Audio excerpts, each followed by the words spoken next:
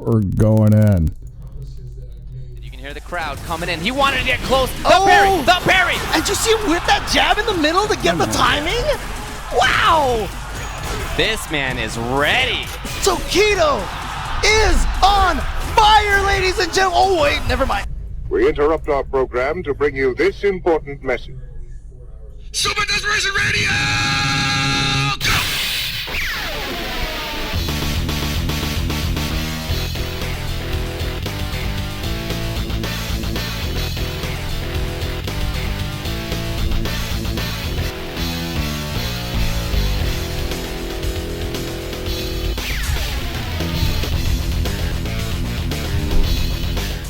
Oh, that's a great one, man. What's going on here? Did somebody... That's a classic. That's a classic? Oh, wait, never mind. I only caught that today, man. I was just like, wow, dude.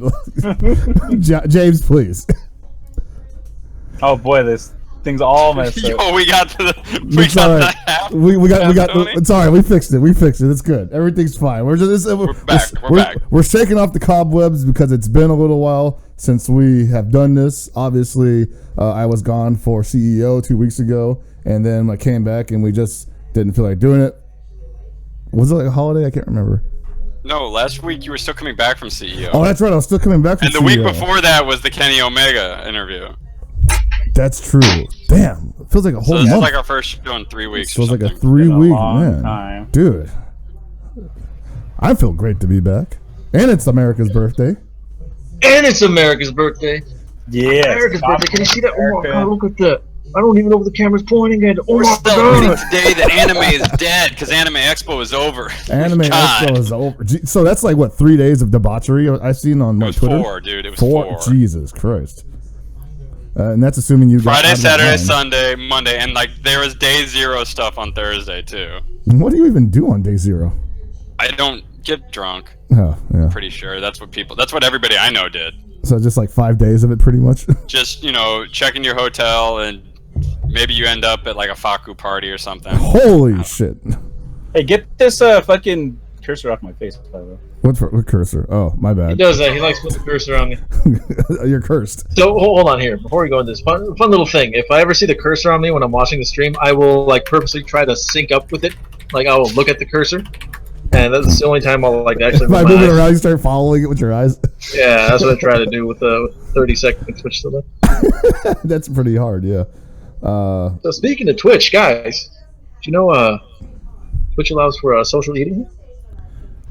I don't even know what that means. Yeah, like what is social eating exactly? Oh. I don't know. It just allows me to be an idiot and eat on stream. I mean, that's. Has anybody actually watched any of those streams yet? That's like a thing now, right? Yeah, people are watching one right now. Dude, those have been like the biggest thing in other countries, man. Yeah, like I think Korea's all about it. America mix of Skittles? What the hell? I mean, we have like, competitive eating anyway, right? So maybe it's just a precursor to that. Yeah. This is like the casual eating. These are the friendlies. Yeah, and speaking of competitive eating, how the hot dog eating competition? I don't think who was in it? I have no idea. I didn't pay attention. This is my first time on the internet today. I think there was an upset. Nathan's 2016. Because this is actually important. This is more important than anything we're talking about in the fighting games. Nathan's hot dog contest sees a comeback and a record. Joey Chestnut regains hot dog eating title sets record. I think he ate like 70, somebody said. Jesus Christ. Dude, like the look of this guy while he's doing it, like he has his wife just like shoveling food in his mouth right now. I have a question. How many of those hot dogs ended up on the floor? Because typical Joey Chestnut style, he just drops that shit. Joey Chestnut is the Mike Tyson of competitive eating, right? He's a dirty, rotten cheater. Right? He uses elbows, and by elbows I mean, he drops scraps all over the place. Hey, I have a record you could break, Joey Chestnut. You can eat my ass. Oh! How much ass can you eat in 60 seconds, Joey Chestnut? God damn it. Your hottest of takes right here at Super Desperation Radio 2016. God damn. We're starting the fireworks off right on this point. I don't need to go outside, people. We got them all in house right now. We keep it popping. Oh, shit. speaking of fireworks, since we already got the ball rolling on that, we might as well just go into like more FGC related fireworks. There's a little bit of a shakeup surrounding CEO concerning one certain community, and actually it was two, I guess, right? I'm talking about obviously the Smash v Guilty Gear Xrd Revelator. What would you call it? A debacle? I'd call it a kerfuffle. A kerfuffle, yeah. Yeah, that's a kerfuffle, man.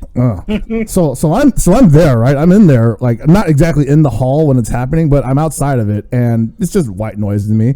And people were coming out looking kind of confused. Some people were upset. Some people were just like, "Man, fuck those people," right? And I mean, at the time, it just wasn't addressed. I think people were just kind of like, there's that many people in the room. You can't really say everybody quiet down, respect. I mean, you could say that, but it didn't happen. All right. So, and then obviously I found out about it a little bit more in detail later on Twitter, and that's when things start getting weird. Where they're saying shit like, "Well, the MC said that we should boo right now," and so we booed. And other people are saying nobody said anything, and you were just being dicks. And I gotta say, there's like the way I see it is, this is a little bit of an extreme comparison, but when somebody makes the argument that like I was told to boo, so I booed, like it's almost like I was just doing my job. I didn't mean to kill those people, but I was just trying to be like a good soldier. Let's not go that far afield. I know I'm not trying to go that far, but it's almost like the same kind of mentality where it's just like I was told to boo, so I booed. I'm like, look, man, it's the 4th of July. We don't need fucking Nazi Germany analogies. We're gonna go to a different comparison, which is, hey, that's dumb. That's extremely dumb. That's what I'm saying. It's not a good argument. It's like, well, the thing is like, okay, you have the hype man going on record saying, I mistimed me trying to get people enthusiastic about their game. That's fair. You got people like saying that, folks acted a fool and, basically kind of apologizing for getting a little too rowdy before their game got started. Happens. Sometimes you get hype. But then you have the fucking legions and legions of fucking militant jackasses. They're like, yeah, fucking, our game's bigger, diggity. Who cares? And like the dialogue that is spawned from this is just ridiculous. Yeah, that was the most ignorant shit. Like, we could have had an easy back and forth when people finally got back home and, And it would have been done in 24 hours. Yeah, it would have been like, this is what actually happened. Sorry about that. Let's go our fucking mutual ways. And instead, it became a thing. Now they're talking about, like, do we even need Evo? I'm like, how the fuck did we get here?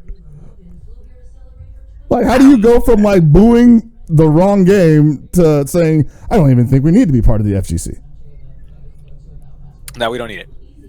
I mean, outside of Evo, I don't think they do. I mean, you're right. It's something we've always agreed on. Smash is something that has definitely subsisted without the FGC for the longest time. Them coming in on Evo is actually, a relatively recent thing. Some people are arguing that they didn't get as much exposure though without Evo. That's true. There's some truth to that, but here's my thing, and I talked about this a little bit on Twitter when it happened, is that Smash is actually between Smash 4 and Smash Melee. At this point, they're almost too big for normal majors, because you're basically putting two games that already get the numbers, almost equivalent numbers of SF5. So you're going to have 3 SF5s at every tournament. More or less. That's not going to work. It's just not logistically going to work, because most majors do not have the space for that right now. Smash majors know what they're getting already. They know their games. And I feel like a lot of majors are putting Smash in because Smash is an Evo game without realizing just how many damn people Smash really brings to the table. So I just don't think logistically going forward it makes a lot of sense unless, and this is the thing, unless majors start running less games. Well, they get their own day. Well, do we? Okay, now see that. Then we go. We're gonna go back. We're gonna go to 4-day majors. No, even then, prices. Even then, I would argue a whole day wouldn't even give them the time they need. Because they would want to have like Sunday finals still, right? Like, let's think about what we kind of already know about Street Fighter V at EVO already. We know it's starting on day 1. Mm-hmm. You got fucking quarters going into Saturday with top 8 on Sunday. That means you need 2 dedicated days for all their shit to even get the top 8. Yep. Does that mean we need to have a regular season then, where we have just like a bunch of other things until eventually people can get spots for playoffs? You know, almost like a Capcom Cup. See, if they had done that this year, I'd be like, yeah, great. But I don't know what the drop off is going to be next year. So they might be thinking like, well, let's see if people are even interested next year before we start going that far. It's the first year for 5, so yeah, these might be the biggest numbers you'll see. But you know, as the game evolves, you'll probably see it kind of. Oh yeah. I'm sure it'll become like, you know, it'll at least become different, you know, like in terms of who's like attending. But I would say if it ever got that big again, like if it's this big next year, yeah, they might want to have to start looking at how they can spread out the time that they're using throughout the year, or not using rather, you know. Yeah. Well, I mean, whatever Smash does for their own tournaments, whether they want to run a league or not, that's on them. What I'm talking about is where they intersect with older, like, established FGC events. So, here's my thing. My thing is simply that EVO can do Smash because EVO gets a gigantic ballroom in Vegas. And they limit the number of games they do. Not every other tournament can do that. And not every other tournament has obviously been willing.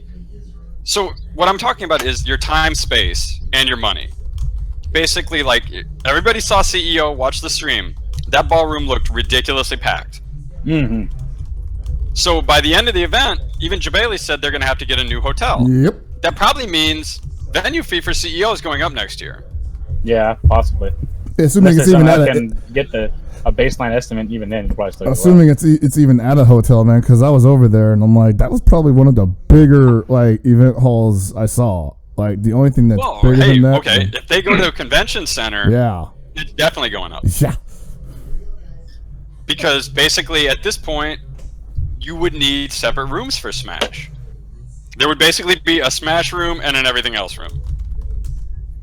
And do people really want to pay that extra overhead? I honestly look. I mean, I look at what people say on both sides of the fence, and right now, I don't think a lot of people do. There are definitely those people who see a middle way, you know, where it's like, hey, we can all work together. But the average Johnny Donuts on the street right now is like, fuck them. And I can't say that that isn't a good point. Like, Smash doesn't need us.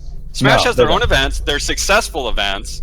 The only thing Smash has ever actually benefited from, I think, honestly, is EVO. And they were already kind of coming back with their documentary and everything when EVO picked them up. Well, ironically, it's actually EVO that they're arguing they don't need now, which is why this is so ridiculous. Because I haven't seen a lot of like the bigger names in Smash arguing that they don't need EVO, but I'm sure that there are people, again, Johnny Donuts on the streets saying that. Right, yeah. I mean, there was some recent issue with, I forget his name because I don't follow a lot of people in the Melee scene or anything, but you know, this guy had obviously some clout in him because they got a lot of people talking about, you know, whether or not EVO is really worthwhile to it. They actually referred to it as a mediocre tournament for Smash, and I'm not saying that, you know, it's not, because I don't know what Melee players are experiencing as far as EVO is concerned. I mean, I do know how they affect other people because there was a lot of spatial issues last year with EVO, and they were a little less than courteous to, you know, Guilty Gear setups again. Imagine that. Yeah, right. But I don't know how they're feeling. I don't know what they came in there expecting. I don't know what they're used to when they go to their own events. Obviously, this is something that's all right for them to do at places like Apex, you know? So I mean, in that case, I feel like that's kind of up for the Smash community to decide. If Smash keeps pulling numbers at EVO and EVO can still support them, I don't see why it's an issue. No, I think it would be dumb for them to leave the EVO. Now, if certain Smash players want to be like, hey, I don't think this is worth it for our community, I'm not going to go. Hey, more power to them, sticking their neck out and saying, look, I don't think this is good for us. I don't think it's good for our community. And we feel like we are playing second fiddle here when we should be the star of the show. Right. That's an opinion you're allowed to have. Definitely. Like, there is definitely no, and for everybody who wants to say there's like, oh no, they have to do this, no, there's no right or wrong here. Like, Smash Brothers has already proven that it's basically as big as Street Fighter V. Yeah. Just over the years. Like, I'm talking about Melee pulling in, you know, ridiculous numbers 10 years after the game came out. Yeah, it's still a juggernaut. And their scene is split in between two games right now. Like extremely Although split. Smash 4 is starting to gain a little bit more traction now. Well, they're actually getting bigger than Melee, and like the thing is like unlike where we split in the FGC, where like people don't want to play things like ST and Championship Edition, right? Like there's still like some communication going on there, but those people don't even talk to each other. It's like two different islands. So I mean, like, I just think we can't. Here's my thing: as FGC, for tournament organizers, they can't necessarily worry about what's good for Smash as much as they have to worry about what's good for their event. Right. And right now, I'm saying I don't know if it's good for every event to run Smash. Either of them. You could maybe run one of them, but then you have to run into complaints. Yeah. That seems really tough logistically. Well, yeah. It might be the thing where, you know, like everybody's kind of just been expecting Nintendo to just drop the hammer eventually and say, hey, we only want you broadcasting Smash 4. You know? And at that point, TOs won't have any choice. But at least they'll have the backing of Nintendo on that, and they'll probably be feeling a little bit more comfortable in letting Melee go. And I think, I mean, I don't want to speak for anybody, but obviously some people feel that Smash 4's community is a little bit easier to work with, and it produces more numbers, at least this year. So, yeah. I don't know. I really think, like, okay, people have talked about CEO has always hosted Smash. Mm-hmm. I'm totally fine with them. Smash has basically propelled their event. I totally have no problem with them running Smash. But I think in the future, people need to keep that in mind. Like, look at this year. Ballroom was packed. You know, there were some issues. It wasn't comfortable. Jabali probably will rectify those issues in the future. Maybe not to everybody's liking, but you have to take that into consideration. Other events across the U.S. don't have that fealty to Smash. And maybe should think about whether they're going to put other people out, whether in terms of space or cost, when you run an event. Yeah. And I think this is the perfect time to do it because we were actually coming upon a year where two major games are going to be added to the rotation. We're going to have Tekken 7 and KOF 14. You know? Yep. And maybe Blaze Blue. Maybe, you know, Central Fiction will be a contender. And we'll have two Arxis games involved, you know? And at that point, you know, can events afford not to play to these communities? Because they are all separate and they are all viable within their own, you know, their own reasons, you know? Yeah. There's going to be numbers like exclusive to all these games. Yeah. It seems like there's just going to be more and more because, you know, we still have KI and KXL, but we're also going to have Injustice 2 eventually as well. Like there's games, Under Night ST, you know, they're coming out and, you know, we have Anime Evo, you know, taking care of a lot of the, like, you know, just community effort stuff. But I mean, you don't know how big a lot of these games will get. You know, they could jump in numbers. At least in the first year, you know? Like the first year alone, they're just going to be like the biggest they're going to be most likely. Because think about it. We'll talk about, obviously, this more a bit later, but, you know, Street Fighter being on ESPN2, that's already going to give a game more visibility to potentially people that have never even known there was this before. And maybe Street Fighter's not their bag, but they're going to maybe research it a bit more, and they're going to see, oh, this actually looks cool. I'd like to get interested in this. What's going to happen at that point? Who knows if Sega comes out the cut and just says Virtua Fighter 6? What's going to happen then? You know? No one's going to play it in America? Well, yeah. Damn. I mean, that's true. I mean, you got to look at, okay, let's take another event, for example. Let's look at, like, Combo Breaker. Combo Breaker ran a ton of games and featured certain games with exhibitions that don't necessarily get a lot of love, gave them a lot of stream and spotlight. You know, stuff like the Skullgirls community that has been toiling and doing the best for their community all the time, and they get no love from anybody. And when you look at that, and you look at these scenes that are like always kind of, you know, they always sort of feel like the stepchild of the scene. I'll make where a it's like, man, nobody respects us. Huh? I would say Skullgirls just doesn't get any love here, where we are, physically, California. Okay. Because I would say Combo Breaker and a lot of East Coast tournaments have done a decent amount for them to have their time NEC seemed to give them a decent amount of attention while I was there. It's just always been really shitty in California, despite it being its home. So, take that as you will. But go on. Oh no, I was just saying, like, there are all these games that we already have that don't necessarily get a ton of attention. We could even talk about older games like Vampire Savior, which got stuff at Combo Breaker. So, if you want to actually feature those type of games, and you still want to do all these really big new games, that's a lot. That's a lot of resources. Yeah. And they may not be able to like just give them all up either, because like, you know. Well, and that's the thing. You know, Rick said that he wanted to be able to he wanted to have a lot of games, and he wanted to be able to feature these scenes that don't get a lot of love, and that's getting harder every year. Yeah, and I mean, no, not to slight Smash, because obviously they have a lot of, you know, people that play the game, and you know, when you have a lot of people that play the game, you have a lot of people that generally care about the game. But there are other people who work probably just as hard but don't have the numbers. But are we going to push them to the wayside as well just because the numbers aren't all there, you know? It's like, oh, you're smaller, so you're less important. That's exactly not how it works. Yeah. Like, I don't think, you know, we do necessarily need to show every game, but you can't just be like, we're more important, you know? Well, that's never a good approach when you're like trying to get somebody to see things your way. You never want to say my needs are more important than anybody else's needs simply because X, Y, Z, or even the whole, you're right, you do need respect, but me first.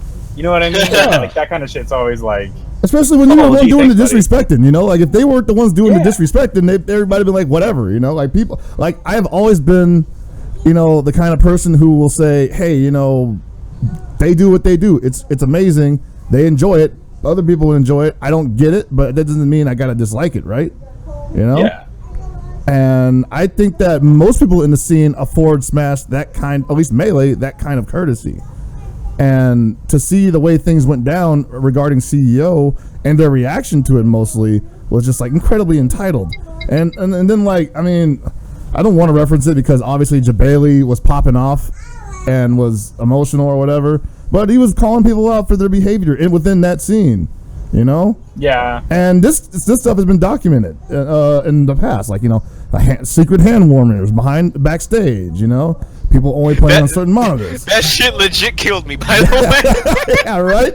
Secret hand warmers. Secret hand warmers, man. I'm like I need my dressing room with only the yellow M&Ms facing south, all looking like a W. And I then it's swear like, to God, there's a hand warmer station, and then you got to come out, and you're on the main stage, but you got a hand warmers again there because the CRT might have a slightly different input of lag. Then now it's time for like another 30 minutes, like blowing up. Like it's like also, it's just can you account for how cold the AC is gonna be in the venue? Like I need to know that my hands stay warm while I walk between my fucking dressing room and the you know what? You don't have to worry about anything getting warm and cold in that venue, man. Holy shit. People need to play in a certain environment. I think if that's the case, and if you try and like, you know, maybe like bust a beneath or something like that, you know, maybe you should walk with your own personal portable, like, you know, ecosystem box or something, you know?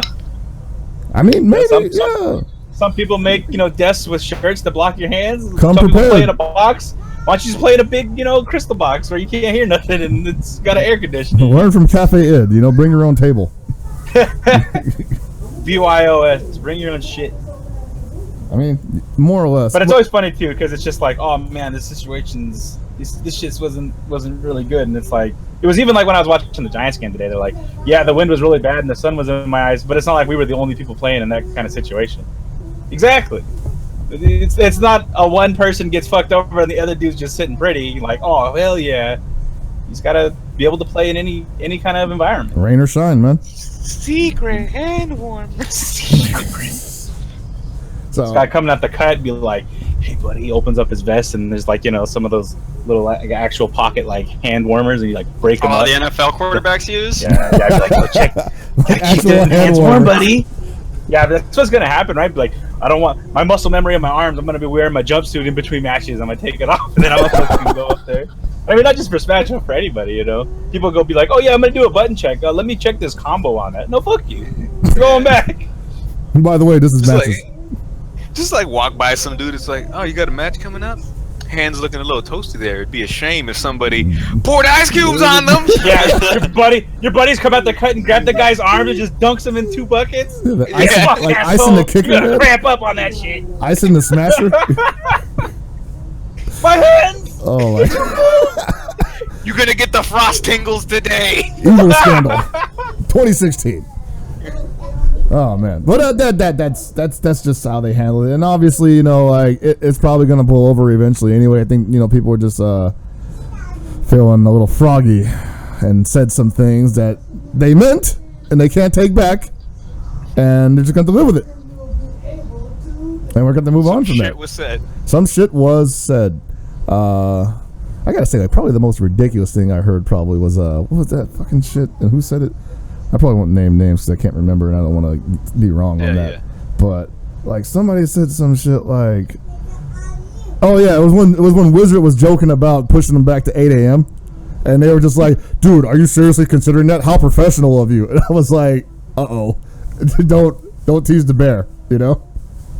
Like, yeah, this is definitely the first rodeo. Wizard is one of those people you don't test because he will. If he says he's going to do something, he's going to do that shit. People don't seem to understand that.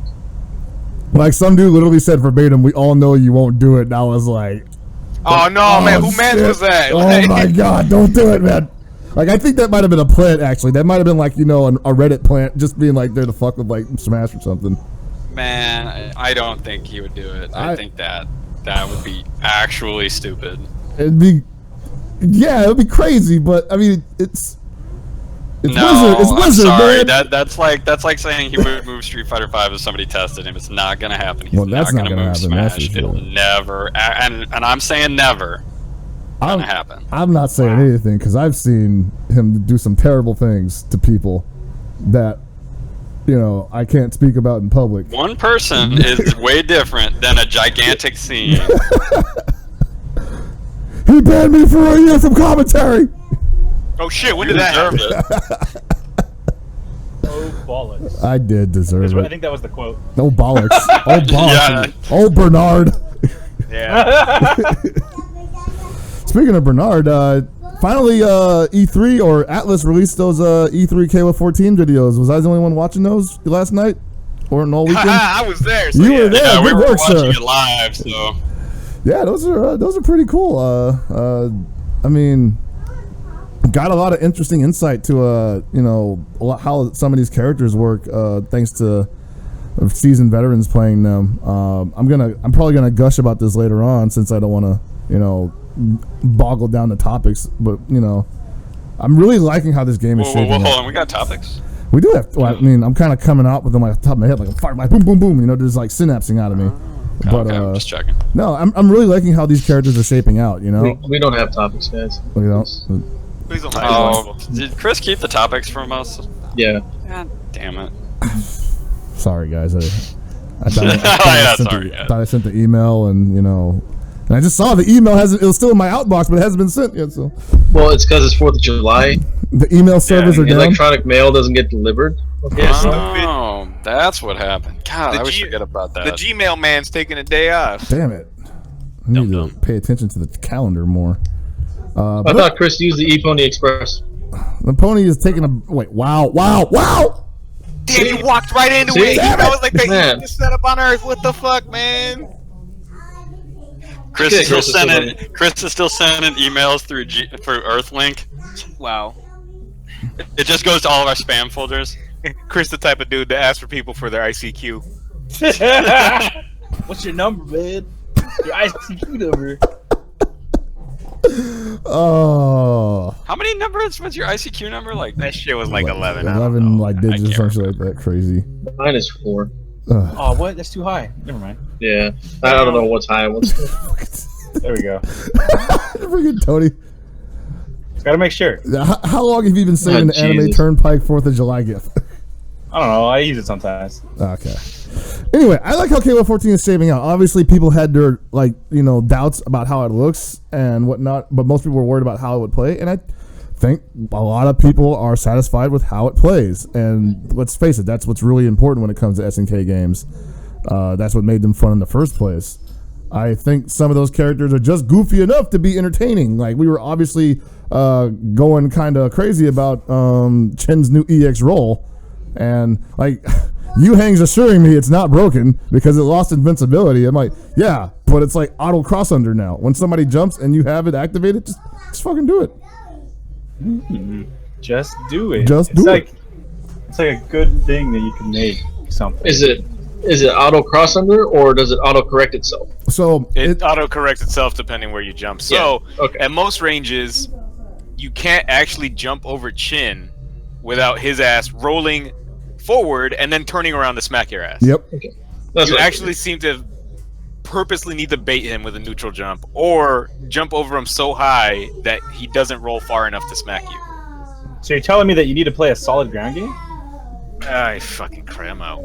I'm actually not even trying to like joke though, but like yeah, it's probably really good and it probably does need to be balanced. But you know, like maybe sometimes jumping is not the best of ideas in certain matches. But it's KOF. I mean, yeah, you kind of want to jump in that game a lot. People called King of Fighters 13 a grasshopper game because there was way too much hopping.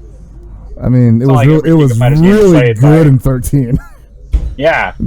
That's the thing. It's not always going to be like that. No, that's true. It's not. Jumping was so good in 13 because ground normals were shit. Yep. Yeah. And jump CDs were ignorant. Oh, yeah. Yeah.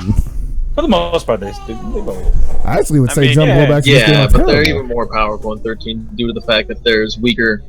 You're gonna trade or lose. Well, it was like the best. It was like the best normal you could do in the air, basically. And if they blocked it, you had enough time to land and actually do it standing, and it would be a true block string. So it's actually a pretty good way of locking people down. Like Kim's like jump blowback. Just fucking forget about it. If he hits you with that, you're blocking for at least 2 minutes. Oh yeah. So since we're on the subject of KOF 14, and you were at CEO where KOF 14 was on free play, and they had a little too many tournaments that you happened to commentate. Yes, sir. Did you get to actually play the game? All right, so I did get a chance to play the game. So Atlas had set up a little floor setup area to the side of the main stage, or the wrestling ring, as it were. They streamed it. I didn't know they were going to stream it, but they decided to stream it. By the way, Will's an extremely cool guy. Shout outs to Will. And I was the first one up, and I got a 10-win streak and quit for the rest of the weekend. Undefeated. So you didn't actually play Shao Hai, is what you're trying to tell I played everybody, and they got the fucking work. But you didn't play Shao Hai, is what Shao Hai wasn't even. Shao Hai didn't play until the exhibition. Did you play Josh? No, I did not play Josh because Josh was busy playing Marvel, I think. Every other game. Every other game. Like, he was all like, he actually decided to drop out of Marvel to play in the KOF 14 exhibition. So respect to him. Like, he's really enjoying this game. That's good. Yeah. Did you play anyone of note? Let's see. During this 10-0 streak. I did play some guys from Orlando. Hey, the point is, I won every match I played. Well, I'm glad because you're definitely the second best Terry in America. Thank you. Wait, number one best. Number one going to Hagure.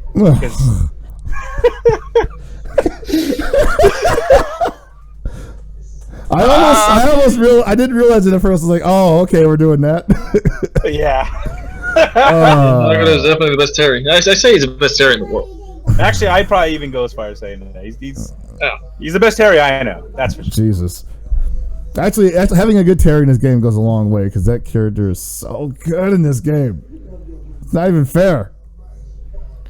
It's like, hey, did you want to play 13 Terry without the stupid quarter circle back and the flash kick motion charges? All the shit that didn't work?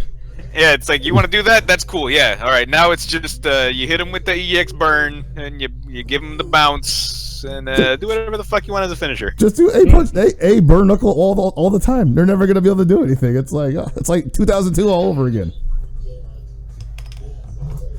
I love it. But yeah, so I played. I was undefeated, and I actually didn't get a chance to play again afterwards because I was either commentating, and when I wasn't commentating, the entire area was just completely packed with people playing. You know. Like, everybody was coming up to me. Fubar Duck's coming up to me. Justin's coming up to me. L.I. Joe's coming up to me saying, like, dude, I need to get some time with KOF. And I'm like, you're talking to the wrong man right now. You got to get in line. Like, you're like, so do I. You know, I was like, dude, I need to commentate this game. I've only played it for like an hour. There was so many people on that shit. That's tight. Yeah, it was nice. It was nice to see. So speaking of the exhibitions, obviously they went the first. I think the Friday one or the Saturday one was the best. No, which one was the one with Josh almost winning? That was the first one, I think. Friday. That was the first one. Yeah, Friday. So Friday's exhibition was probably the best because it really got to show off a character that a lot of people had a lot of questions about, which is Nakaruru. A lot of people were saying that they weren't sure how she would fit into this KOF universe. She'd either be like, really bad, or she'd be CVS1 Nakaruru. I think it's somewhere in between. Yeah, she's actually seems to be in a pretty decent spot. Like, she's annoying. My mama is fucking stupid. Yeah. But she also doesn't seem like there's no outplay to her. Like, it feels like if you understand where you need to roll, where you need to jump, you can kind of make Nak play a bit more less stupid. Right. When we saw that, when somebody, as I put it, threaded the needle between Nak and the bird, like, she was really free. There's nothing she could have done. It's just that I think people were so surprised that they jumped and didn't get hit by bird that they were just free to press a button. Her like level 1 game plan is really straightforward. Like, punishing slash is difficult, if not impossible, if the slash is spaced properly. Right. Fear slash has a follow up to it, which if you swing too early, you're just gonna run into that, and you're back in the fucking slash range. Right. Characters with command grab seem to give her trouble because she can't slash in so freely. Like, if you try to slash in on like King of Dinosaurs or Maxima, you're probably getting slammed. Mm-hmm. But on the other characters, they're gonna block slash and be like, okay, what's the most stupid thing to do? Because I'm a KOF player. I'm gonna jump after this. Well, I just got hit by down H in the slash, which now became a reset, and I have to get side to side into another slash to knock me down. And fuck this bird. Why is it on top of me? She said she did bird fly into the overhead. Yeah, like, I just saw that happening so many times, and I can see how she's strong that way. But the worst thing, and I would say this is probably, I wouldn't say this is a cardinal sin for KOF players, because obviously jumping in on an opponent that's in the corner is usually pretty safe, unless they have like the most 90-degree vertical DP in the world, which even Terry doesn't have without meter. Is her reversal super, basically. Her level 1 Mama Haha super, dare I say it, I think it's 0 frames. No. Are you sure? It's probably not. Like, I think that thing is active as soon as the super freeze ends, and it gets in position during the super freeze. I mean, that'd be funny, but I don't. I mean, maybe the video just skipped some frames, but it just literally looked like in the match between Josh and Romance at E3, where he tries to just put himself in a position where she can't do anything to him, and he jumps right in the bird, and the bird hit him so fast that his air positioning hadn't changed at all when he got hit by the bird. I mean, jumps in this game don't look that fast, so that super could be. I mean, that super could conceivably be 3 to 4 frames, and still yeah, that's true. Yeah. Good jump. That's true, but even then, man, I don't know. Maybe my eyes are tricking me, but for a second, that just. I mean. Even no, it looks fast enough. Like, if you jump, you're still getting hit. Yeah, I don't know that it's 0, but it's definitely oh, that's a great anti-air. That is the best anti-air I've ever seen Nakaruru have in her life, basically. It is just so good, and it's so abusable that it makes people who have been playing KOF for pretty much their entire fighting game careers forget that they can't jump in on her. Well, maybe they should remember. I mean, maybe they should. Maybe they should. I agree. They should. It's just I have never seen somebody just on a Romance's level just mind fuck themselves like that. I mean, because you got to look at Nak in terms of her other normals. Yeah, her down, I assume that's crouching C is really good. Mm-hmm. Her specials are really good. But it's her normals don't have a ton of range other than that. Horizontal range? No, she doesn't. There's a lot of vertical positioning stuff that she has. Down C is probably good for anti-airing, or not. Which one is the upward slash? Is that down C? Yeah, it's down C. Okay. Which one's a rolling slash? I think that's is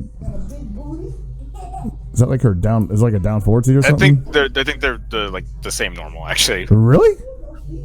Is it? It's not a 3C or something like that. I don't know. I haven't played. They look really similar. One just kind of moves forward. Yeah. Well, the one that moves forward is safe on block, apparently. So. But she's a little good, is all I'm saying. She's not CVS 1 knack, but she's good, and I think she's probably going to make this game a little different than people were expecting. I honestly think she's probably one of the really strongest day one characters because she does not play like your traditional KOF character, and she's really fucking annoying. And it's probably one of those things where she'll still end up being good, but it's like, wow, this is really fucking annoying. But you know, she'll be whatever. You'll get past it, you know. Like we felt the same way about Kula, not arcade Kula, like console Kula. Yeah, console Kula. Like, where the fuck is that character in the later fucking game? Right, yeah. Like, yeah, it's like, oh my god, Kula's so strong. It's like, yeah, fucking nobody's picking her except for that asshat that likes to do the fucking specialist, right? Yeah. Yeah. So, I mean, it's going to happen. But I think even after day one, she's got some stuff that can make her contend at least a mid-range level. I mean, I don't think she'll be like, I don't think she'll ever be like Mr. Karate good or anything like that. It doesn't look that impressive. But although her being able to call Bird and get hit and Bird still hits you is pretty good. Like that's dumb strong. Like watching Josh just stick his face out and call Bird was like the funniest shit. Bird is strong, man. Yeah, Bird is strong with this one. So yeah, CEO 2016 KOF exhibitions 10 out of 10. E3 exhibitions 10 out of 10. Hopefully we get something going on at Evo with everybody there. Hopefully Tokido doesn't duck Reynolds this time. Just saying, Rip. Just gonna stir that pot a little bit there. Hopefully he's watching this. Man, Bernard too busy playing 5, man. That's true. Yeah. Bernard. Hopefully he's coming along in that too, because I haven't seen him play since NCR. He actually got 3rd at the last Wednesday Night Fights, if I'm not mistaken. Oh yeah, all right. Yeah, I was 3rd. They're scared of him now. They need to be scared of him. I know, right? He does not there's definitely kids there that I don't know who this is. Who's Bernard? My favorite was at NCR. People were like, "Oh, who is this guy?" And so I was like, "Oh, that guy's he's KOF 13 Evil Champ." What? That guy? He's an evil champion? Oh my god! I was like, okay. And then it hit me. I'm like, oh yeah, a lot of people don't pay attention to KOF. Yeah, but still winning Evo is that still means you're the best. Oh no, winning Evo is a big thing. Yeah. But that doesn't change the fact that people don't pay attention to something. Like, I have no idea who won Smash 4 last year at Evo. Not gonna sit here and say it was that one Smash 4 player. Yeah, exactly. You know that guy. Yeah. Dude, yeah. Shout out to that guy. Yeah, like I get it, but like when people say he played like so and so plays a different game, I can't believe they're so good at this game. That's the dumbest shit you can say. Whoa. Like, oh no, he's good at one game. That doesn't mean he can be good at 2 games. What a concept! 2 games is just concept. It's just 2. No. Wow. We never talked about that. That happened while we were on hiatus, huh? Yeah, that definitely does that sting a little bit? You don't want me to talk about that? You guys, I didn't back it. Who did? You didn't back it? I know somebody here backed it. I didn't. I don't think anybody did. None of us backed it? What? Man, we are hypocrites. Jeez. Hypocrites? What do you mean? Because we're always talking about backing the games we like, and that was we didn't like it. Oh, that's right. We didn't like it. Not only that, but it was a game that was probably going to succeed anyways. When after the first day, didn't he have like $1 million? Like it already met his goal. I'm like, all right. Man, yeah, it was like quadruple. Because we definitely both backed Battle Chasers, and we that's true. Yeah, let's just make this shit easier. Hey guys, Mighty Number 9 came out, and people are calling it mediocre Number 9, and apparently it's a pile of trash. I personally haven't played it. I would like to play it to see if it's a piece of trash or if it's just it's a decent game. I don't really care enough one way or the other. What I am looking forward to though is the new Toe Jam and Earl game. The recent update came out. Oh man, the music's so good, and it's got the classic gameplay with new elements. So. I watched some people play Mighty Number 9, and it did not look appealing. It doesn't look appealing. I agree, but I still want to try it and see what I think myself. Like I don't care for watching people play because most of the people I watch play are shit. I watched Trihex play. This guy can just running. This guy is bad. Let's not talk about Trihex's skill and how below average it is. you saying below average? Like, I'm pretty sure I've never touched Street Fighter V. I'm pretty sure I'm a better Street Fighter V player than he is a video game player. Like, I mean, I got like the last time I touched Mighty Number 9 was last year at E3, which is hilarious that it took a year plus. But when I played it, it felt like a mediocre Mega Man clone, and it visually still looks like a mediocre Mega Man clone. So on a scale to like, you know, in terms of like bad Mega Man games, you know, like the best bad Mega Man game being like, you know, actually I can't really think of any bad ones. Let's say 10, and the worst Mega Man game being Burned to the Ground. How bad is it? Like visually, it looks like it's somewhere in between, like a 5. Okay. Because I think it just visually looks bad. But I haven't played it, like the final version at all. Okay. Yeah, that's the thing. I want to play the final version, see what it's like, and then like come to my own opinion about it. I don't care for listening to people trash the game, because when people are trashing the game, like, not shitting you, 95%. This is an exaggeration. I've only seen 5 or 6 people give it like an objective review. Everyone else like, oh, this game is shit because it took 3 years to come out and it kept getting delayed. This is such a bad game. It's like, oh, yeah, it wasn't like they were polishing it. The one thing I will. Oh, sorry, go for it. I was gonna say, Mighty Number 9 essentially kind of got hit by the whole Duke Nukem Forever kind of conundrum, but it didn't take $4 million of fans' money. You know, no, I understand. Came out and it was shit, and people didn't play. But these motherfuckers, they're already bought in. This is my thing with that. I completely get that. I completely get people being upset, but they need to like people. I mean, I didn't donate. I don't think any of us donated. No. We can't sit here and say, "Oh, they took my money. I hate this game." We could watch it and like say what we think about it, play it, come to our own opinion about it, go from there. We can't like all these people like, oh, you know what? I paid $20 for this game. I donated $20 or $100, $1,000, whatever, and I hate this game because I donated this much. I wanted it to be better. Like, so do a lot of investors of old Nintendo games. Thank you. Like, it's just investors in general get screwed over so bad. No, I get that. You want to have a quality product when you buy it. You generally don't want to buy shit. Yonoid, how could it go wrong? But you would think, you know, with the budget and with all the pushbacks, you think, well, maybe they're just making it better. And maybe they were making it better. But Back to the Future's gonna print money. Yeah, like, hold on. This is, okay, just a quick thing, Tony, because I think we both pointed this out. How did the explosions end up looking worse?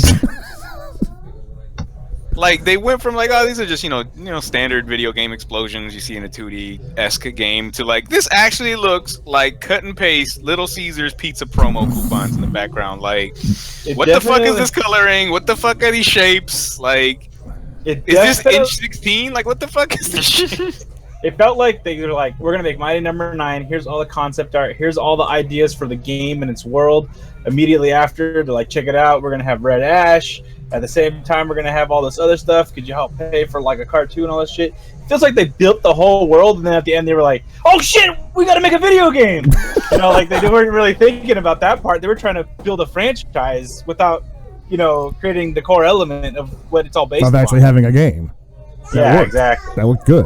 You know, focus on the game first. You know, go Miyamoto, play style first. Mm-hmm. Then do whatever you want up to that point. But if you don't have a good base and make all these promises, it's definitely going to look a lot worse than if you had a product that people already believed in.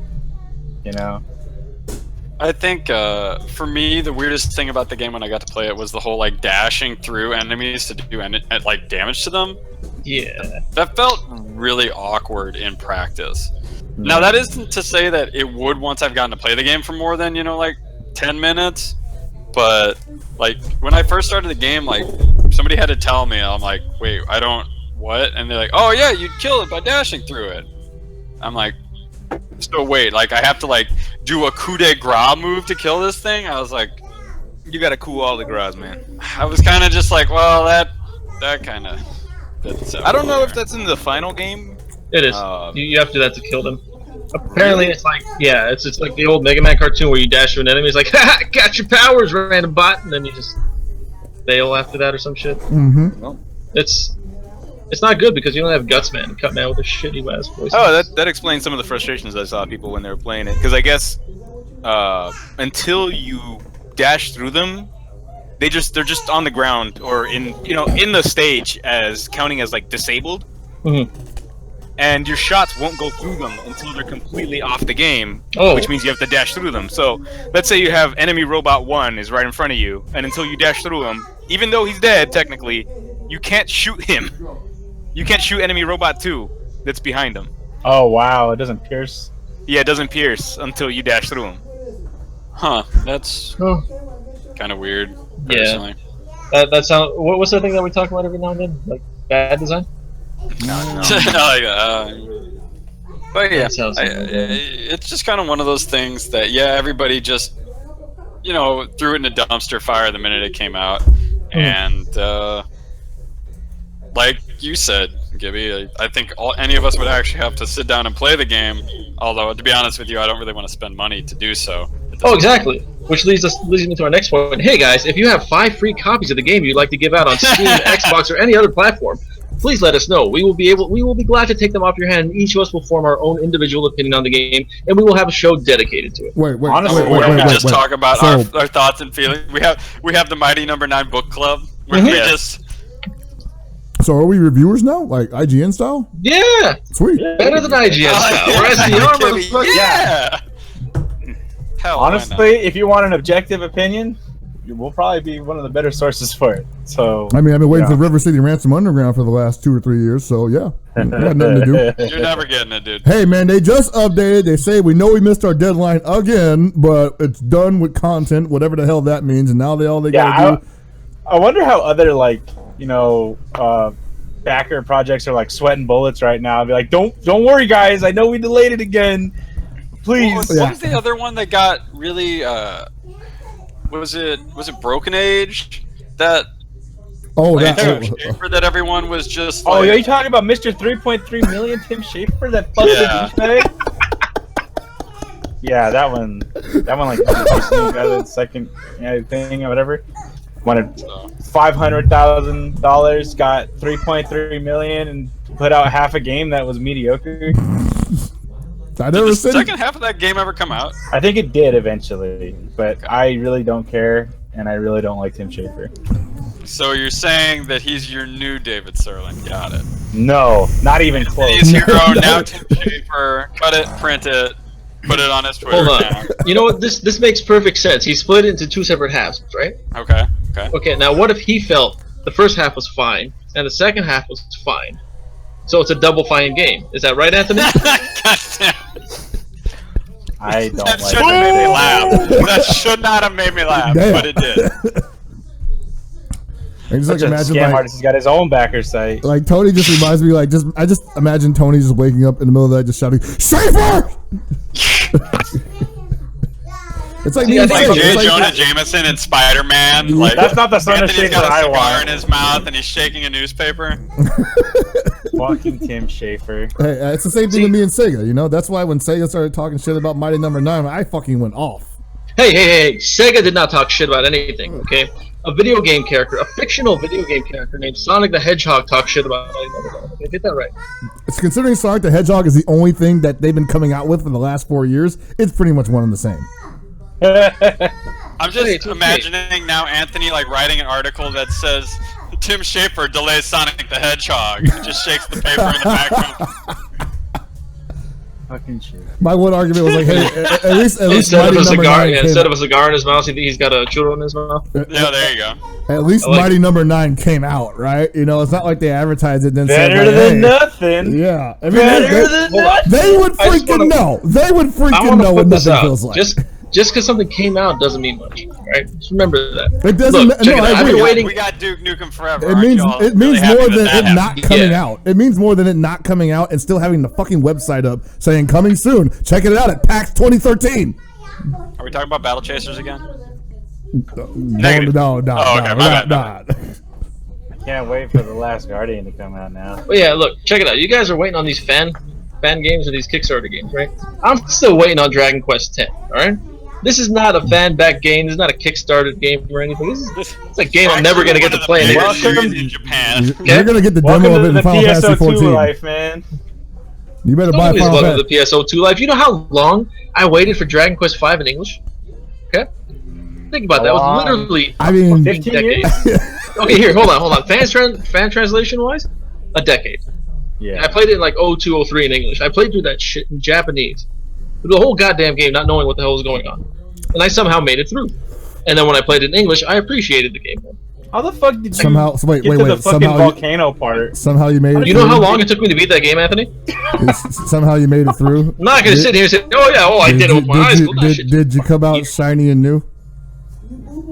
That just reminds me of the whole Mother 3 thing, where we didn't get the English patch for what? It was about 4 years. Well, it came out in 07 and the patch came out. No, it was 06. Oh, you're right. Because this is the 10th anniversary. Right. I don't think we actually got the full English translation until about 2010 or the end of 20. I remember playing Mother 3 and going on GameFAQs, and there was just a text dump in English. Yeah, there was definitely a text dump. And I definitely played that game, opening up the fucking WordPad file, just like... Yeah, you're like trying to read what the story is loosely telling you. You're like, okay, I think I get it. Yeah. Maybe. And trying to do the rhythm parts of the game on the frickin' GBA. On VBA? Oh my god. Boy! That variable emulation speed? As if the songs weren't hard enough to fucking 16-hit combo. He's fucking... Yeah. Hey, let's just throw bullshit into the mix because the game doesn't emulate properly. Meanwhile, I'm like sitting there looking at the copy of the game I bought, the Japanese copy of the game, like, man, I wish I could actually do something with you, but I can't read Japanese. That's why. Fun times in video games. I mean, that's why I learned Japanese. That's what we had to do back in the day, man. You had to learn Japanese to play Chrono Trigger for a long time, so, I mean... 40. My command of the Japanese language is very poor, but thanks to Super Robot Wars, it got a lot better.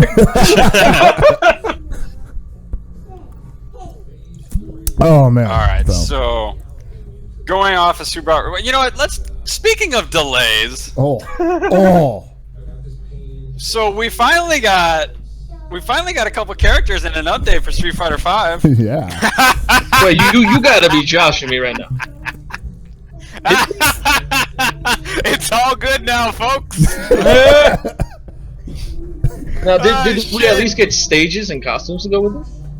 Gibby, follow along here. So, of all the complaints that everybody had, where you can't unlock colors unless you do the really obnoxious fucking survival mode.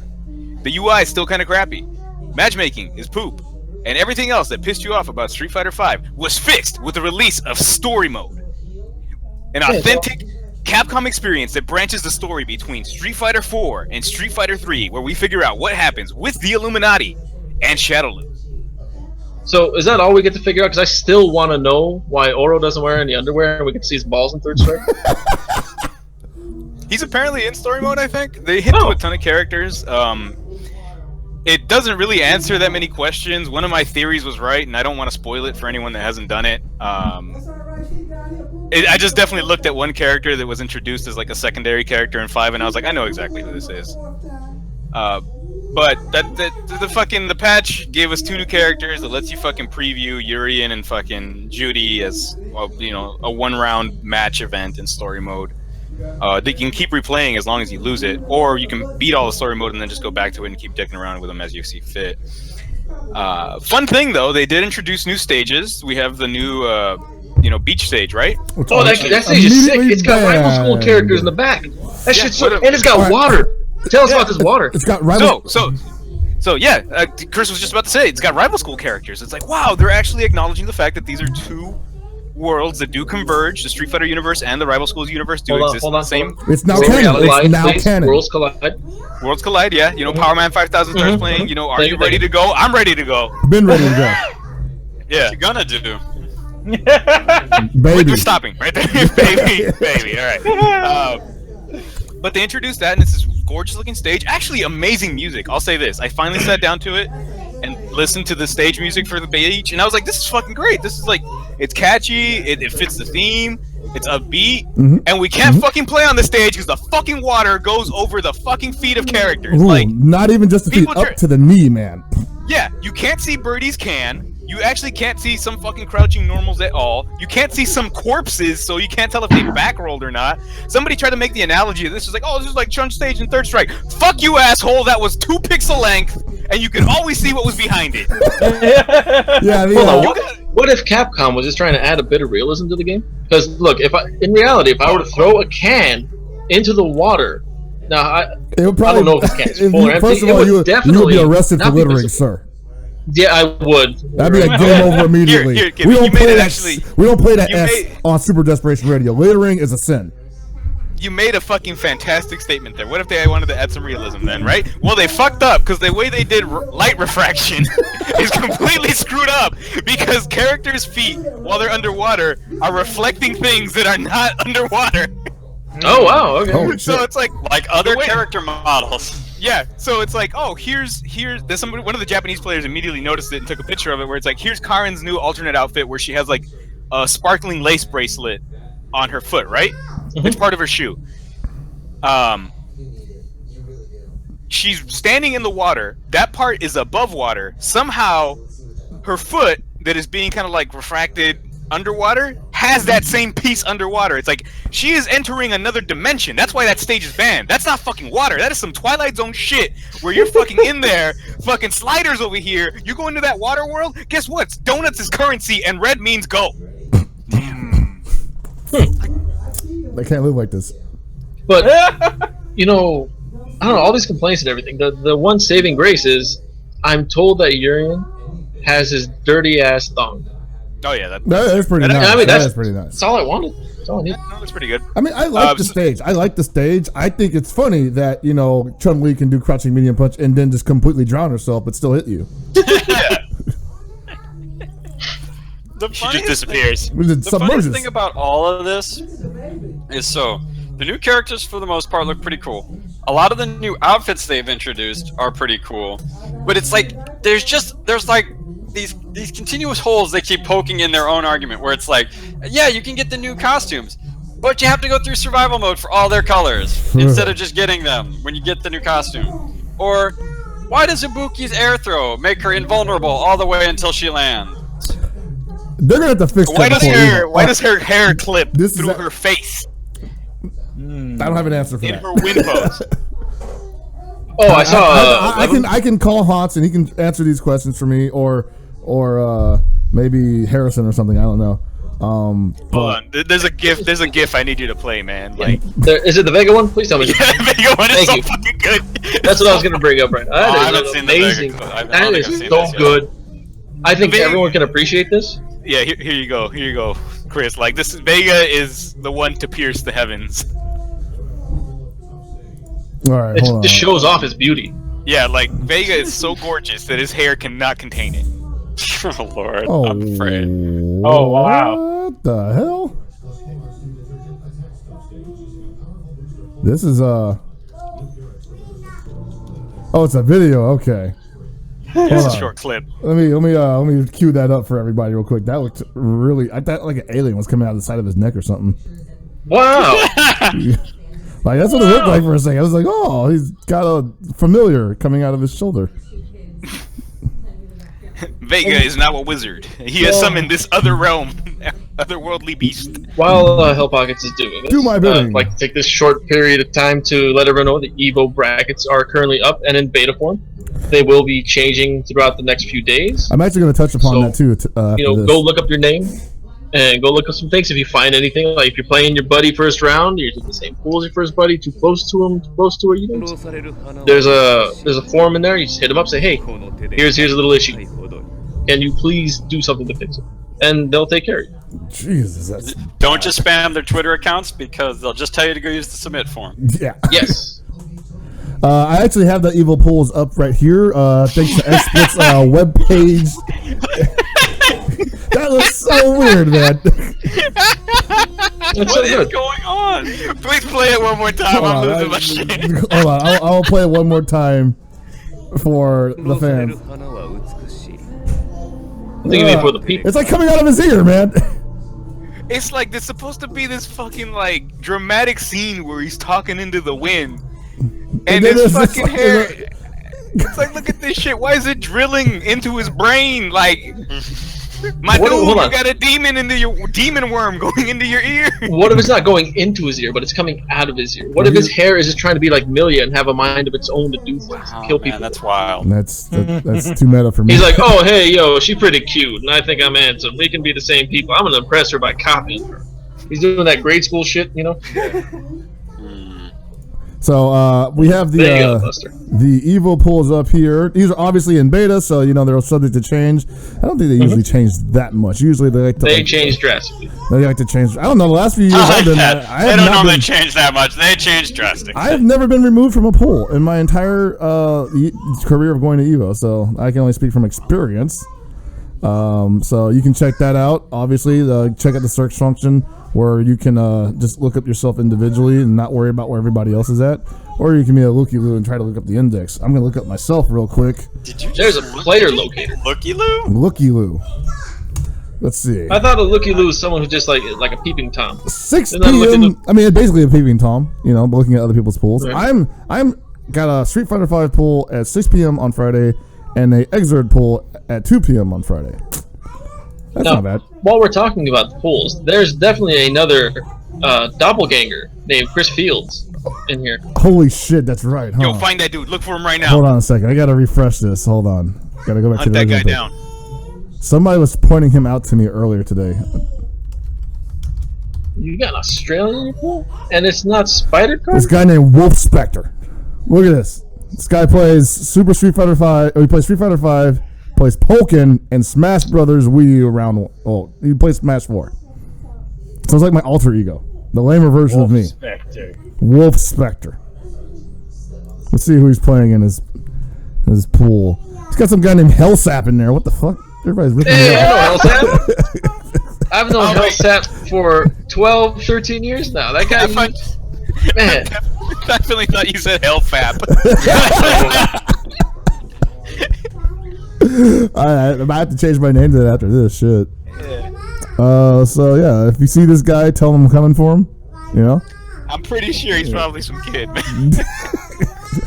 Oh man, I hope he wears glasses. Give me an excuse not to sock him in the mouth because I wouldn't hit a guy with glasses. Just take them off. I don't know, right? Just take them off. Tekken 7 pools are up. So yeah, these are, standard affair. If this is your first Evo, you might want to check this out. If it's your returning Evo, don't be caught unaware like a lot of people and just miss your pools. You want to show up for these because you never know who is going to not have a good day. You could be the next superstar. And it's the ESPN year because Street Fighter V is being broadcasted on ESPN for the Sunday Top 8. Who didn't see that coming? I didn't. I honestly didn't. I was very sorry. And nobody says shit. They're like, whatever. Go back and listen to the show where we had Mr. Wizard on. He definitely hints at a huge announcement. Oh yeah, he did. He did. I just didn't know what it was that. I thought it was going to be something like, we're going to have... Well, no, you already said we're going to have beer there. That was already the huge announcement for me. I thought the huge announcement was going to be we were going to allow DLC characters beyond the time frame we said DLC characters would be allowed by. Damn. That could have been it. No, that's not a huge announcement. That's just an omission. I mean, he technically said that wasn't our own rules. That wasn't a hard rule, Okay. But I thought it was gonna. Are they still gonna run odds on Evo? I thought that was gonna be the big announcement. Well, we'll see. That's still. There's no solid word on that. They asked, and we haven't gotten any confirmation yet. I think we're gonna most likely find out closer to the date. I think with the advent of ESPN2 broadcasting Street Fighter V, they can totally do it because now they can run it on the sports book. Well, yeah, that's where it had to be run. Yeah. Wait. You're talking about betting on video games? Betting on video games. I mean, it's a wild concept. Can we talk about one bet I'm really interested on? What's that? Will the PS4 used for Grand Finals have more than the 2 costumes unlocked? Nope. Nope. Yes. I'll say yes. I'm going to say... Alright, this is going to be Pocket's picks. This is going to be... I'm locking this in. I'm going to say yes. That's it. Okay. That's all. I'm going with yes. Pocket's pick is yes. The costumes will be... Wait, no, we're just talking about Street Fighter, right? Just Street Fighter 5. Yeah. Oh, okay. I thought you were talking about all the games. My bad. No, I think at SF5 they will, actually. Yeah. I think they're going to do it. Because... Even if Ponzo Gonzo has to be there the night before unlocking all of them. No, we've talked about this. He would need 48 straight... Actually, no, there's more characters now. He would need nearly 3 days of not losing survival mode ever to unlock all those colors. Can't he just buy Zenny? No, you can't buy them! Oh. Yeah, you can't buy the colors. That would actually make sense. I'm normally pretty cool with like whatever Capcom does with this game, but the fact that my season pass isn't getting me costumes, I'm kind of mad about that. Like, I get characters, fine. I get characters, that's cool. I don't mind that, but I kind of feel weird when everybody else has the characters too, but they got cool skins for them, and I'm just like, dude, season pass holder, VIP. What did that get me? All I got is these characters. They look terrible. He can season pass hold these nuts. Damn, I knew that was coming. Yep.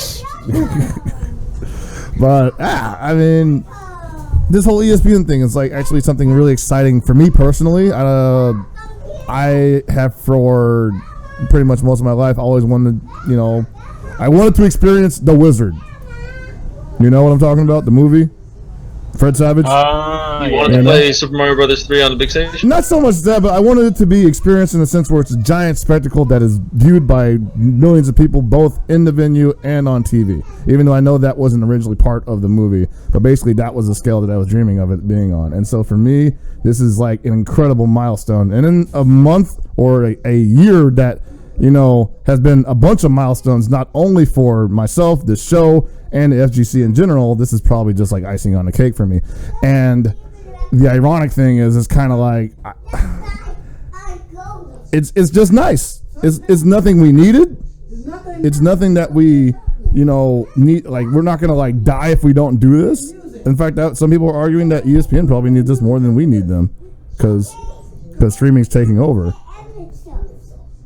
But I'm still happy nonetheless. So I'll pat us on the back for us if nobody else wants to. We did it, guys.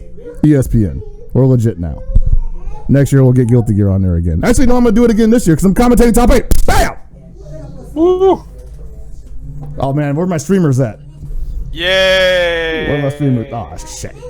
I've got fireworks going off in the back, like here somewhere. That was definitely for you. But I'm surprised you didn't say this. Like, we're on ESPN too. You're the reason we're on ESPN. I mean, obviously we are. I mean, we'd like, be on the Ocho though. I mean, I would love to be on the Ocho because it just has a nice ring to it.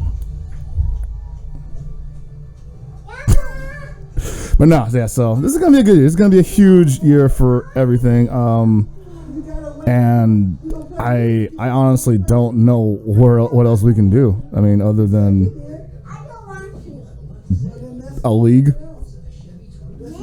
A sanctioned fighting game league where we run. I mean, how many times has Evo tried to do a league and that shit just crashed and burned spectacularly? Yeah, I know, right? That's what I'm saying. Like, it might have to be based around one game, is what I'm saying. Though, like, I think Capcom after this year might have to say, well, maybe we want to do something a little different year round, especially since more majors are getting big, and with the whole like timing and space drama stuff, Maybe they'll go in the other direction. Maybe they'll say, hey, we want to have exhibition matches. We want to have fight cards. Somebody's going to push it. I feel in 2017, somebody's going to push the fight card agenda.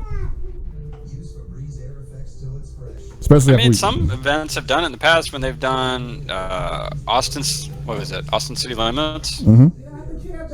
They actually were doing, they did a fight card, what was it, a couple of years ago? Yeah, and there was also... They did like an exhibition, a payout exhibition. That was through somebody though, right? I forget the name of the fronter. But there was also like SoCal bar fights, with Gutex's thing. Yeah. We had tons of stuff like that. But we haven't had things like the interest of... For other example, like Vegas. Vegas is interested. They want to become a center for esports, Quick aside. Was the last Gutex bar fight the one where he caught the bop from JR? I don't know because it was unwatchable. Was trying to watch an Atari stream. Yeah, it was unwatchable. I don't even know what happened. Yeah. It's like, did you guys like pixels and artifacts? That's all we got. Buy the DVD. Yeah, that's all I really remember about anything. I can't remember. I want to say it was. That's the last one I remember, but I did stop paying attention. Fair enough. I mean, that's usually how these streams work. But with Vegas getting involved and just people have a funny, or people not necessarily funny, but they have mixed feelings about it. But gambling is going to be a huge issue. We're already experiencing that with one CS:GO. If you've been following that, apparently people are running their own gambling sites on that, and than advertising like they're not. And it's been a huge fucking like moral blow up issue. I thought, last I heard on that, it was just digital gambling. Well, like, meaning like just their like digital items. Yeah, and you run it like a roulette. And the thing that's making everybody upset is the fact that the people that are like, there's these really popular YouTubers that are making videos of them playing on these websites and then winning and showing their reactions as excited. But then there was some digging that was done, and it turns out these YouTubers actually own the fucking website. So Interesting. Yeah. So what you're telling me is collusion. In the purest form. Insider trading. Yeah. Shenanigans. And this is not something you can just like push out at this point, you know, because like how many other people are going to do something like that? Do you have anything set in place to prevent it? Is it really illegal? Was there any money exchanged? Bang. And if you want, like, you know, a good, honest way of getting things, like, you know, for free, what you got to do is just follow SDR. Yeah, just follow We have the big giveaways, people. The best big giveaways. ones. We're gonna have one before Evo, I think. You know, I wouldn't say we have big giveaways. We have mediocre giveaways. We occasionally have some decent stuff. This upcoming one is gonna be decent stuff. I haven't gotten it in yet, but it's coming. So check it out. You need to get it in. All the details are gonna come in next week on how to do this. Give it away. But I'm giving it away. Okay. But this is all thanks to Kwamba USA. So for starters, go follow Kwamba USA on Twitter. They're at Kwamba USA, KANBA USA. I think that's how it's spelled out. Q. There's a Q there. I'm pretty sure I said Q. You said K. I said K. KWA. Okay. I said K. I'm stupid, people. Nothing new. Michelle Kwamba. Yeah, Michelle. So go follow them, QANBA USA on Twitter. I'm gonna announce the prizes probably Wednesday or Thursday. Once they come in, and Monday we're gonna go into full detail on how to get these prizes. So if you want good prizes for free, no collusion, no insider trading, No gambling. we don't do that. In reality, we don't have anyone to insider trade with. Who cares about us? Trade inside these nuts. Oh, I did it. Yeah, no. Good job, Chris. You're You're the winner, Chris. There's no chicken dinner after this, right? No, not today, sadly. No. But yeah, go follow them on Twitter, and I will put up pictures, from the SDR account. I'll throw up shit from the SDR account. You guys will see stuff, and then the next Monday we'll tell you guys how to win it, and we'll give you guys a few days to do something. I don't know, jump through hoops, try to make me or Paul laugh. I mean, we gotta make it interesting, right? Yeah. I don't know. Well, maybe it will. You know what? It'll probably be something revolving around memes. Oh dear God! I thought we killed memes. Are they still alive? No, man. Look, if it's revolving around memes, the Hound's just gonna win it. The Hound always wins. We don't need him winning anything anymore. I mean, you're right. That dude's literally digging up my tweets from like 2012 to try to make me feel bad. But I don't feel bad about anything I said in 2012. No, I like the Hound because he'll randomly favorite a tweet of mine from like 10 years ago. It's like, boom, wait. Oh yeah, I did say this. Thank you, the Hound. I have no idea how to access these tweets.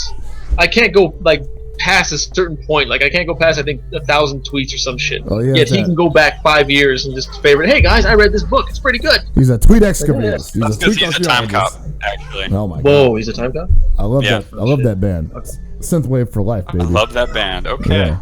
Also, our good friends at Anime Evo wanted to let you know that this Sunday is the last day to register. There's a 2.5k pop bonus for Nitro Plus Blasters, and Blaze Blue, Persona, and Guilty Gear Plus R will be pre-register only, so you need to register by Sunday in order to actually compete in those 3 games. Has anybody even played Nitro Plus Blasters? What's that? Has anybody even played my Nitro Plus Blasters? I haven't seen any. Oh, you mean out of us, or you mean in general? I mean in the U.S. I mean, I'm sure somebody from Japan's gonna show up and win that, but like, no, people play it. Okay, that's cool. Not that much, but there'll be people at Evo. There's actually a section of people in both SoCal and NorCal that play it. Yeah. So. All right. I don't know how like super dedicated they all are, but I've seen people play it and they know the game actually. So. Oh, I have a copy on my desk. Well, I know California Poverty will play anything, so that's cool. He's not wrong. And a few other things. He said that the Toshensai qualifying tournament for Revelator will be on Saturday. It's going to be after the Evo Guilty Gear pools. Sign-ups will be all day Friday, and it's capped at 128. According to the official rules, where is it? Right here. People that can enter valid U.S. passport holders and U.S. permanent residents. Those holding student temporary visas are not eligible. And I think they said you don't actually have, unless they've changed it. You originally didn't have to have your passport with you, but you have to have it by, I think it's August. Like August, they actually have a date where you have to have it by, or you just lose the trip. This year, you will not need to provide proof of application if you do not have a passport yet. However, I strongly urge you to start applying now. Again, no need to do expedite processing for your passport unless you drag your feet and wait until the last minute. So you just need to have your passport by the time you go to the event, I guess? Yeah. Well, yeah, because you need to be able to travel. They just want you to be able to get on the damn plane. Otherwise, yeah. And so last year you had to have it with you at Evo. So. And once again, they're sending out 2 players. So if you're interested in going and you think you can make it. And for those who don't know, this is not actually Arc Revo this year. It's a different tournament being put on by Taito, I believe. Yes, Taito. So some people are saying it's like a spiritual successor to the old SBO. Yeah. I don't know how much truth there is to that because I didn't watch the event last year. I don't think there was an event last year. Yeah, right? I think this is the first. No, there was actually. There was. There was an SBO. No, not Taito. SBO. Taito. No. Toshin. Yeah. So this event basically has a bunch of different games. Also has Tekken 7. So it's just I can see why people would say it's a spiritual successor to SBO. But then again, it's you don't want to play outdoors with bugs and shit. It's only the spiritual successor if it has Third Strike and Guilty Gear teams. Okay. Yeah. So. I guess it'd be Street Fighter 5 in this case. Anything else we want to talk about? I feel like it was something, but I totally forget. Yeah, I mean, we do have a long period of time to go back and cover. Oh, since we're about to end the show, Chris, you're at CEO. Yes. Kenny Omega story, go. Kenny Omega story. Okay, so actually I have a couple. So that's when I first ran into him, right? Like I guess he didn't expect me to be as tall as I was, and so we took that photo that's been on Twitter for a while, right? And immediately after taking the photo, he turns to me and he was like, "Dude, you're a fucking brick shithouse. You're fucking cut, bro." And I'm like, yeah. Well, Kenny is shorter than I am. Yeah, he is but he's shorter built than at me. he's built at 6 foot or something. I think he's like 5'10", 5'11". Yeah. And Xavier Woods is shorter than Kenny. Speaking of Xavier Woods, Hell Pockets, you did a thing for Yahoo Esports. I did do a thing for Yahoo Esports. You guys want to hear that story? All right. If they want to hear that story, shouldn't they go somewhere, Chris? They should go to let's see. I don't know the exact address, but go check it out. It's on Yahoo Esports. Go to Yahoo Esports. He did an interview with Xavier Woods. Yeah, the good folks at Yahoo Esports allowed me to talk to the man himself. It's a brief interview. It's really fun. It's funny. It's a great insight into what Xavier Woods is all about. Basically, I know after our re-aired interview with Kenny Omega, there was some kayfabe shit going on between whether or not Xavier Woods was real or not, but I assure you he is all about what he's doing, as far as gaming goes. He's not doing this for YouTube likes or anything. That being said, so originally the way this happened was actually do I have enough time? Fuck, I'm just gonna go for it. So the Yahoo Esports guys had spent pretty much the entire night trying to interview both Kenny Omega and Xavier Woods, and at every chance they got, somebody that was superseding them just decided to throw their weight around and just snatched him away from them, like just when they thought they had him. Like for example, the ESPN guy just whipped his dick out and had Kenny Omega and Xavier Woods to say, hey, come interview with me for like an hour. Fuck these guys. It was pretty messed up in a way, and so they were getting pretty frustrated, and I told them hey, and then mind you, I'm a little inebriated at this point because it's like 8 p.m. I told them hey guys, let me see what I can do. Why would I say that, right? Yeah. Me and Kenny are cool, so I'm like, okay, I'm pretty sure I can get Kenny, but I have never talked to Xavier Woods in my entire life. So what am I going to do? So I go in, they're in the arcade room, and I happen to catch Xavier Woods talking to Markman. At this point, I had already secured Kenny Omega for the Yahoo Esports interview. I just needed to get him as well. So, me and Kenny roll up there real quick, and I kind of like insert myself into the conversation with Mark and Xavier Woods, and I say, hey, man, do you want to do an interview with Yahoo Esports real quick? And he's like, oh, I'm about to play Tekken 7 for this auction tournament. And in my head, I'm like, dude, that's going to take forever. And I just give him this look like the puppy eyes. I was like, you sure you don't want to talk to Yahoo Esports? And he looks at me, he takes me, he wasn't sure how to react to it, but he was like, he gives the money to Mark and says, hey man, just pick King. I want King. And he gives him $100, right? So I did it. I got Xavier Woods to do an interview. I'm a finder. I got a finder's fee, man. I should have got commission for this shit, right?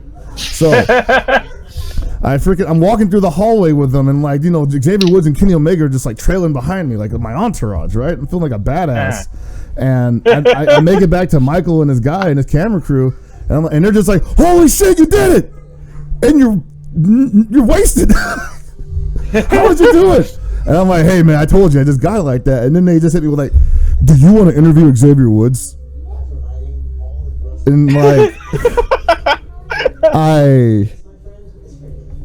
I mean, there was no right or wrong answer to that, Let's say if I was not in the state of mind I was in, I would totally have done it, right?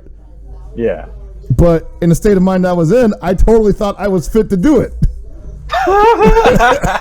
So it was just it came out great.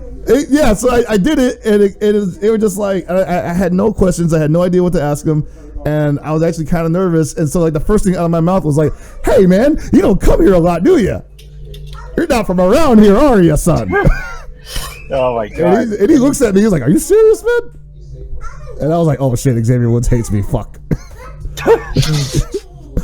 But I guess it came out really well, and he was just really cool about it. We talked a little bit afterwards. I saw him the day after, and we didn't kick it, but things were cool. We acknowledged each other, so I would say that So he only kind of hates you. He only kind of hates me for being a little bit judgmental, and I will give him that because I totally fucked that up. I also think he's jealous because you are a very larger man than he is. I mean, there's that too. He's probably thinking man, he could probably totally replace me in the New Day, but at the same time, Yeah. I got a kid, I can't be on the road that much. I'm not seeing it. I can't be on the road that much, man. I got a kid. You gotta take care of the baby. Yeah, that's true. That's true. You have responsibilities. Chris, check it out. You gave your quick Kenny story. I'm gonna give a quicker one. Okay. So I told the story about how I yelled at Kenny Omega 2 weeks ago, right? Turns out Hell Pockets didn't record that part because he's a jackass. Quick snippet of the story. Kenny Omega is a big Earthbound fan. I asked him, hey, you're a big Earthbound fan. Have you? What do you think of the Dragon Quest games? And he just paused. He's like, oh, well, I've never played a Dragon Quest game before. My instant reaction was, you have been in Japan for 10 years almost, and you have not played a goddamn Dragon Quest game? And you could see he was just so sad, so sorry. He's like, oh yeah. Oh man, you made that man sheepish. That man was mournful and regretful. And right away he's like, yeah, I'll make it the next series. I get into the next game. It's on DS, right? Yes, it's on DS, Kenny. You are gonna play it. I was very upset, legitimately upset. What a fucking guy. Yeah, I'm so sorry I didn't record that. I thought we got it. That was going to be the opening to the show this week. Yeah, it was. It was going to be the opening. It's amazing. Wow. All right. Anybody got any last-minute thoughts? We have a very special ending today after Paul says his final words. Oh, my God. And, all right. We're going to do it. I had one really special thanks. So today was the last day of Anime Expo, and I finally got a chance to stop by the on-campus entertainment Third Strike machine that they had. Oh, OCE? Yeah, OCE was there. They had a couple of cabs. It was a stand-up American cab with Japanese parts, which fucking bewildered me for a moment. But, I just wanted to give special thanks to the Ryu cosplayer that came by and agreed to do the breathing kataton every time I did it in-game. I walked away. I was like, I'm done. Do you have this man's Twitter so people can go follow him out of respect? He's a wandering warrior, dude. He seriously just looked at me. He's like, man, I want to get really good at this game. I was like, you just got to put the effort into it. He's like, I will. And then he went to TO a fucking Smash tournament or something. Like, the fight is all that mattered for that man. All right. Well, thanks everybody for catching up with us after a couple weeks off here at Super Desperation Radio. So from everybody at the show, good night and good luck. Oh, I can't even do it. Keep going. You're going. Do it.